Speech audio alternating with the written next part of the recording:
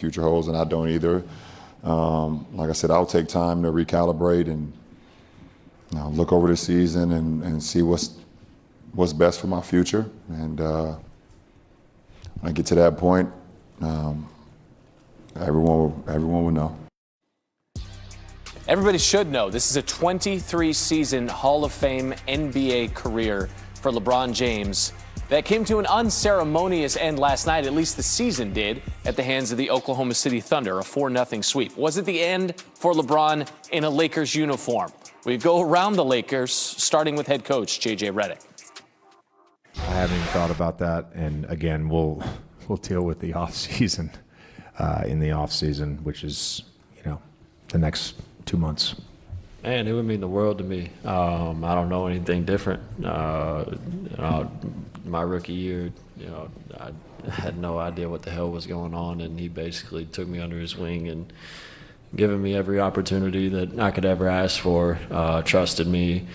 But, further than the court, building real friendship.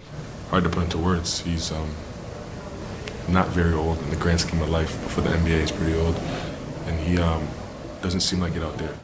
I'm not sure we'll see anything like it again. His longevity and his greatness for this long. But, yeah, it was super fun. Glad I got to get 4 wins, though, sure. Do you have any sense of where his head is at going forward?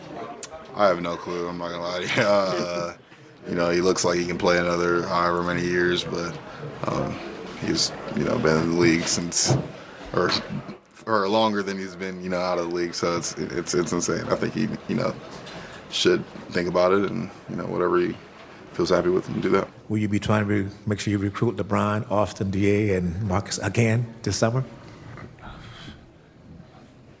We'll see. Can't tell you nothing. I'll tell you right now, we're saying good morning to Vincent Goodwill this morning on SportsCenter. Vince, great to see you. We just heard from LeBron. What do you think he should do next? Well, I'm not sure that there's a better place to spend your golden years than with the Los Angeles Lakers. When you think about some of the league's greats, you don't think of them moving around too much. LeBron has moved around a lot already. Kobe Bryant's last year was with the Lakers. Kareem's last year was with the Lakers. Magic Johnson's last year was with the Lakers. When you think of LeBron, he spent more time in L.A. this stint than he has in any single stint of his career. Over 8 years. That's longer than his first stint in Cleveland, and then he started moving around after that. To see him move around now, no matter where it is, you're not sure if any team has the cap space to hold a LeBron James. Normally around this time, teams will be maneuvering, shedding salary for the LeBron sweepstakes. None of that really happened this year because nobody really knows how much time he has left, how much longer he wants to play, and how much salary he will demand. Now, the question also is, how much money will the Lakers have for him this offseason? Because in the summer of 2027, if you factor in $30 million for Austin Reeves, the Lakers could have $70 million in cap room.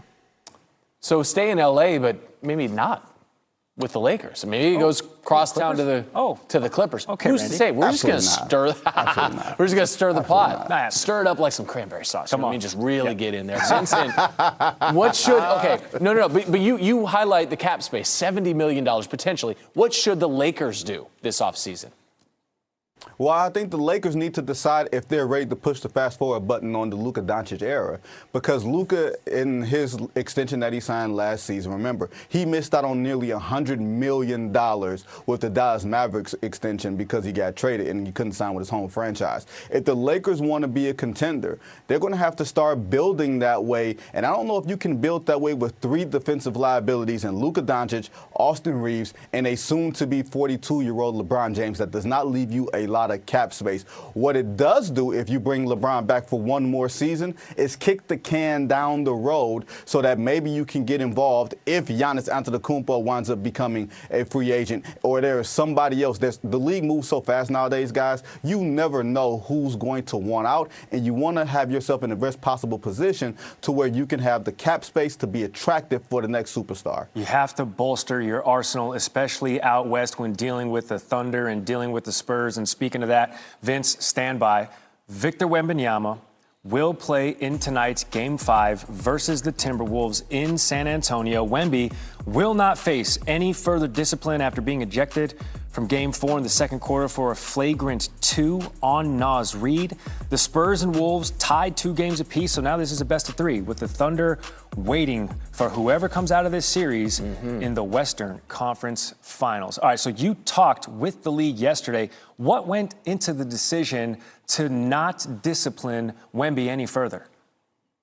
Well, honestly, guys, the timing of when it happened during the game. It happened at the 8:36 mark, I believe, of the second quarter. That means only 30-some-odd minutes of the game was left, which meant Victor Wembanyama was suspended for all of, not most of, Game 4. So suspending him for Game 5 would mean, in essence, he would miss 2 games. Now, I think the league also felt like had the officials on the floor, led by Zach Zarba, had they not suspended him, ejected him and assessed him a flagrant 2, then they would have had to come back and issue something harsher. But they felt like missing out on the end of Game 4 that was harsh enough of a penalty, and I'm really excited to see what happens tonight in Game 5. Yeah, message sent perhaps to Victor Wembanyama. That is Vincent Goodwill with the insight for us on SportsCenter. Thank you, sir. Yes, sir. Reporter Dave McMenamin. Dave, a lot of questions about what's next for LeBron James, but not a lot of answers just yet from him or his teammates. You caught up with LeBron, though, after the game. What did you gather on what could have been his last game with the Lakers? Yeah, Maddie, he definitely distanced himself from retirement talk. And in some sense, he also distanced himself from Laker talk. He answered a question during the press conference looking back at his Laker tenure, 8 seasons here, the longest stretch he's played with any team in his 23-year career, and talked about the pride he had winning the championship. But, this decision in some sense will be with the Lakers removed from the context here.